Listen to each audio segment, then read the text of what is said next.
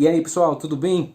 Aqui quem fala é o professor Irlan e nós vamos continuar a nossa aula de História e nós vamos falar um pouco sobre um período da história brasileira. Na verdade, vamos entrar num contexto dessa história que é o contexto antes da Era Vargas, né? Quem foi Vargas? Quem foi Getúlio Vargas? Getúlio Vargas talvez é uma das figuras históricas mais polêmicas da história do Brasil. Para uns ele é um ditador cruel e para outros ele foi o pai dos trabalhadores, foi um grande estadista, um grande político, mas enfim, nós vamos observar que esse cara, esse homem, tá certo, o Getúlio Vargas, foi muito importante para a nossa história.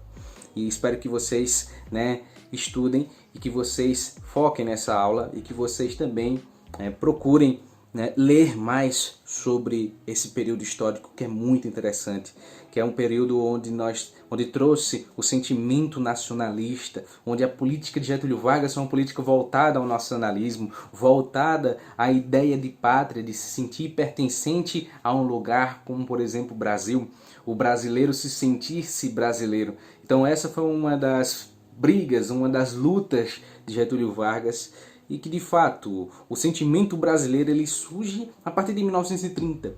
Getúlio Vargas trouxe essa noção. Getúlio Vargas ele criou uma força nacionalista aqui dentro do Brasil.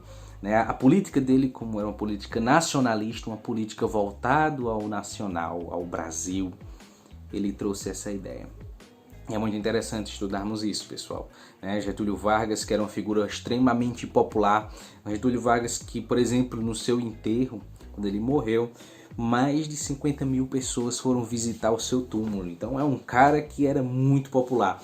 E era muito interessante que nas filmagens antigas, quando observamos o seu velório, muitas mulheres, muitas pessoas pobres, pessoas que eram humildes, chegavam perto do seu caixão e choravam, entravam em lágrimas, algumas até desmaiavam, justamente pela figura popular que ele se mostrava, a figura que ele se mostrava nos rádios, que o rádio foi uma propaganda, assim, foi algo fundamental para essa popularidade dele.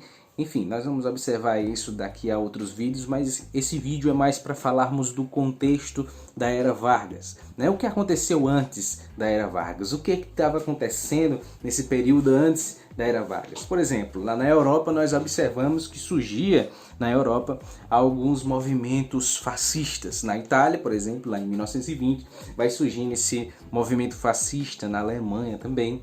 No Brasil, as oligarquias elas permaneciam no poder usando a sua violência, usando a corrupção, como nós já vimos no outro vídeo.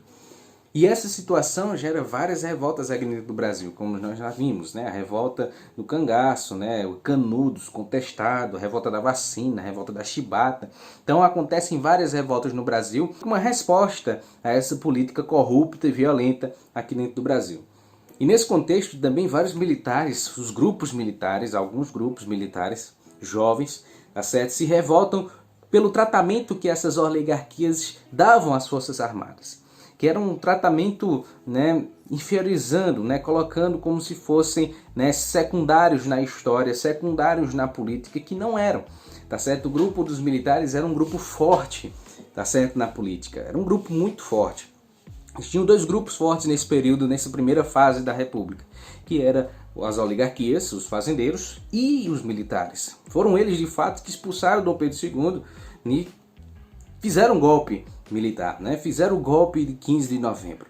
Mas enfim, esse movimento desses militares que se uniram por causa desse maltratamento que as oligarquias davam às Forças Armadas foi chamado de tenentismo. E esse é o nome dado porque os líderes desse tenentismo eram jovens capitães e tenentes. E aí o início dessa revolta veio de uma publicação em um jornal carioca de algumas cartas que foram atribuídas. Cartas que, meu irmão, elas eram cartas que xingavam os militares. Cartas que ofendiam os militares. E adivinha quem era o autor dessas cartas? Na verdade, foi cartas forjadas, cartas falsas, a gente descobriu depois. Mas naquele momento, meu irmão, trouxe um rebuliço infeliz. Era o Arthur Bernardes, o autor dessas cartas. O falso autor, na verdade, porque alguém atribuiu o nome dele como autor dessas cartas. E Arthur Bernardes, ele era candidato à presidência em 1922, cara. Então imagina só um candidato à presidência fazer uma carta dessas ofendendo os militares. E meu irmão, tinha uma parte dessas cartas em que o Marechal Hermes da Fonseca, que era ex-presidente do Brasil até, chamavam ele de sargentão sem compostura. Meu irmão, a galera ficou doida, a galera ficou muito maluca, principalmente os militares, né, ficaram muito doidos. E mesmo sendo cartas falsas, isso trouxe uma tensão enorme, né, por causa da opinião pública. A imprensa, né, começou a meter lenha na fogueira e o clima ficou mais tenso, ficou mais agitado. E quando o governo ficou muito mais agitado, quando prendeu o Hermes da Fonseca, aí o negócio ficou maluco, bicho. Quando a galera prende o Hermes da Fonseca, que era um marechal, foi ex-presidente do Brasil, prenderam ele porque ele foi acusado de agitador. Agitador porque o presidente, candidato à presidência, chamou ele de sargentão sem compostura. Era meio que acabar com a hierarquia dele, né? Ele se sentia o cara, o machão, enfim. Isso foi a gota d'água, velho. O que acontece? Em 5 de julho, os tenentes do forte de Copacabana, que era um forte que fica em Copacabana, né, pegaram suas armas contra o governo, dizendo que estavam dispostos a salvar a honra do exército e acabar com a corrupção do Brasil. Então eles estavam dispostos, olha só, a salvar a honra do exército. Então os caras estavam com sangue no zóio, meu irmão. E o que acontece? O governo repressivo era um governo violento. Muitos militares apoiavam isso. Estou falando de um grupo que se revoltou. Não todos, não pense nisso. Um grupo se revoltou contra essas atitudes dessas oligarquias, tá certo? Que nada fizeram contra essas cartas que aumentaram ainda mais a tensão entre as oligarquias e os militares. Então, o governo repressivo interviu e obrigou que aqueles rebeldes se rendessem. Olha, vocês se rendem ou a gente vai começar uma guerra aqui, né? Muitos começaram a pensar, muitos começaram a analisar a situação, dizer, cara, nós estamos em poucos, nós são poucas centenas, a gente não vai aguentar, nós vamos só ser um grupo aí que vai morrer, é suicídio, meu Deus do céu. E muitos se voltam, né? Muitos se rendem. Né, eles não não pegam suas armas, mas 17 desses caras, 17 militares e um civil, olha só, saíram pela Avenida Atlântica dispostos a tudo, meu irmão. Os caras pegaram as armas e saíram, o seu fuzil, e saíram pelo meio da Avenida Atlântica lá em Copacabana, cara. Tava lá esperando, né, o governo com o exército, com outro grupo de exército, esperando esses 18. Bem, como vocês sabem, um exército contra 18 homens não tinha muito o que fazer, né? Houve uma série de troca de tiros, né? E somente 2 desses tenentes escaparam com vida, que foi o Siqueira Campos e o Eduardo Gomes. Esse movimento desses tenentes, a primeira revolta dos tenentes, ficou conhecido como os 18 do Forte. Certo? Tem um monumento lá em Palmas, em Tocantins, onde, né, eles fizeram uma representação desses 18 no forte. É muito interessante ver, tem algumas fotos também que fala sobre esses 17 militares e esse civil que saiu no meio da rua para lutar contra o exército brasileiro, lutar contra a corrupção e honrar, né, o exército brasileiro. E aí vem o segundo 5 de julho, 2 anos depois, em 1924. Explode esse outro movimento. Só que agora não é mais no Rio de Janeiro, mas foi um movimento que surgiu lá em São Paulo e muito mais organizado. Veja só, preste atenção. Ele queria a renúncia do presidente Arthur Bernardes, esse cara que fez a carta lá falsa e tal, ganhou, tá certo, a presidência, e eles queriam a renúncia do presidente da República, Arthur Bernardes. Eles queriam o voto secreto, tá certo, visando acabar com a corrupção, porque o voto era aberto, a galera votava abertamente. E queria também a obrigação do ensino fundamental, que todos, né, pudessem ter acesso ao ensino fundamental, e a melhoria do ensino público. Então eles queriam, olha só, são pautas interessantes em que esses militares começaram a buscar. E esse movimento foi comandado pelo general Isidoro Dias Lopes. e pelo Major Miguel Costa, e os rebeldes tentaram conquistar a cidade de São Paulo. Olha só, os rebeldes, bicho. Alguns grupos militares. E quase ao mesmo tempo houveram vários movimentos rebeldes lá em Mato Grosso, movimentos rebeldes tenentistas em Mato Grosso, Sergipe, Amazonas, Pará e Rio Grande do Sul, cara.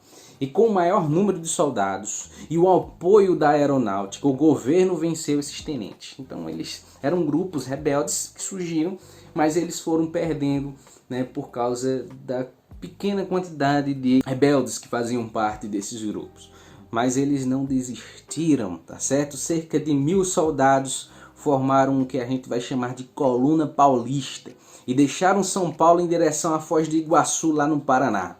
O que é que tinha lá no Paraná, bicho? Os tenentes gaúchos que viviam nessa região, tá certo? Que estavam lá no Rio Grande do Sul, também continuaram com a luta. Foram a galera de São Paulo e a galera do Rio Grande do Sul, comandados pelo capitão, olha só, presta atenção nesse nome, Luiz Carlos Prestes. O capitão Luiz Carlos Prestes formou a que a gente vai chamar de Coluna Gaúcha.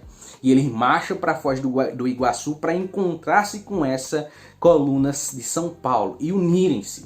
E eles se uniram com essa coluna de São Paulo. Juntando essas duas colunas, esses rebeldes, esses conjuntos de rebeldes, paulistas e gaúchos, nasceu o que a gente vai chamar de Coluna Prestes. Tá certo? A coluna chefiada pelo capitão Luiz Carlos Prestes. Se liga nesse nome, cara. Né? A Coluna Prestes, com mais de 1.800 homens, tá certo? Partiu para a guerra de movimento, cara. Eles começaram a sair pelo interior do Brasil, buscando apoio popular pela sua luta contra o governo. Eles queriam mostrar à galera, olha só, vocês podem ter ensino público, vocês podem ter voto secreto e tal. E eles queriam fazer isso, mostrando isso para a população brasileira no interior do Brasil. E eles eram, assim, onde eles eram recebidos, bem recebidos, os rebeldes queimavam as cobranças de impostos, dizendo que, né, assim livraria o povo do abuso do poder do governo. Enfim, eles faziam essas coisas, essas loucuras. Eram 1.800 homens andando pelo interior do Brasil, cara. Então, quando eles eram bem recebidos, é claro que eles fugiam das grandes cidades, porque as grandes cidades já estavam preparadas para quando ele chegasse lá, o pau cantasse, tá ligado? Tiro começo no centro. E movimentando-se com rapidez, conseguindo munição e armamento do próprio inimigo e evitando grandes cidades, a Coluna Prestes percorreu 25 mil quilômetros dentro lá do território brasileiro, velho. Uma curiosidade. O bando de Lampião, ele recebeu do governo brasileiro munições e armas para combater a Coluna Prestes. Só que de fato nunca houve uma batalha do cangaço, né, de Lampião contra a Coluna Prestes, porque Lampião pegou essas munições e essas armas e achou bom, né, foi-se embora, não quis saber da Coluna Prestes, enfim, roubou do governo brasileiro essa munição. E no início de 1927, os 600 homens que ainda faziam parte dessa coluna decidiram fugir para a Bolívia, porque, claro, foi muito tempo eles andando no interior do Brasil, muitos desistiram dessa luta, muitos voltaram para suas casas, muitos se renderam, tá certo? E aí 600 homens sobraram lá em 1927 e eles decidiram, né, entrar para a Bolívia e se refugiarem lá, né? O Luiz Carlos Prestes se tornou vamos dizer assim, um bandido, né, uma pessoa procurada no Brasil, e os que seguiam ele, né, os seus discípulos assim, também se tornaram homens perigosos. E é muito interessante nós observarmos um mapa onde eles caminharam quase que o interior do Brasil inteiro. Só não foram para o norte, lá para a Amazônia e tal, mas caminharam muito, meu irmão, mais de 25 mil quilômetros de caminhada para convencer o povo, né, da corrupção do Brasil, para a corrupção daquele período. Nós achamos esse período muito corrupto, né? Mas naquela época a corrupção era pior. Hoje nós pelo menos temos um pouco de transparência. Naquela época não existia isso. Se você denunciasse alguém de corrupção, você era capaz de sumir. Era capaz de não existir mais, né? Fulano sumiu. Porque você não tinha voz. O povo não tinha voz, tá certo? Quem tinha voz era o fazendeiro, era o militar, Você percebe que na história do Brasil existem poucos movimentos populares. O que nós vamos ver, os movimentos que, né, deram sucesso foram movimentos fazendeiros, movimentos militares, enfim. Esse período de confusões é um período de contexto para entrarmos nessa história da Era Vargas, beleza? Então, no próximo vídeo nós vamos falar um pouco sobre o ano fundamental, o ano de 1930, tá? Daquela eleição daquele ano, e nós vamos observar algumas coisas interessantes, tá? Então, fica para a próxima. Espero que vocês tenham gostado e valeu, vamos nessa.